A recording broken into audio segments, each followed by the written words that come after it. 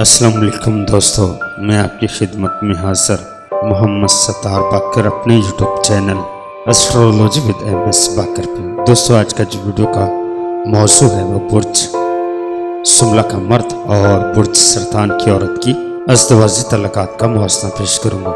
तो दोस्तों, वीडियो को आगे बढ़ाने से पहले मैं तमाम दोस्तों से गुजारिश करूँगा कि जिन दोस्तों ने अभी तक भी मेरा YouTube channel astrology with MS बाकर को सब्सक्राइब नहीं किया तो वो सब्सक्राइब कर लें।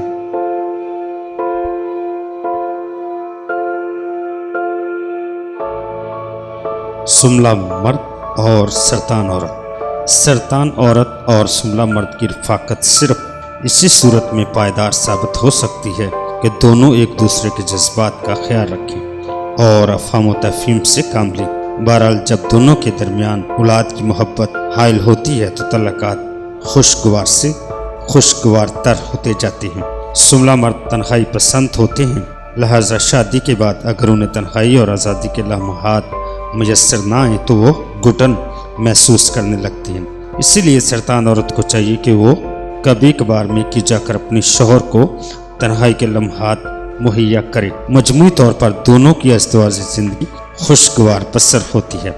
तो दोस्तों, अपना बहुत सारा ख्याल रखिएगा और अपने प्यारों का भी ख्याल रखिएगा और मुझे अपनी दुआओं में याद रखिएगा। अल्लाह हाफिज़, फ़ी अमानिल्लाह।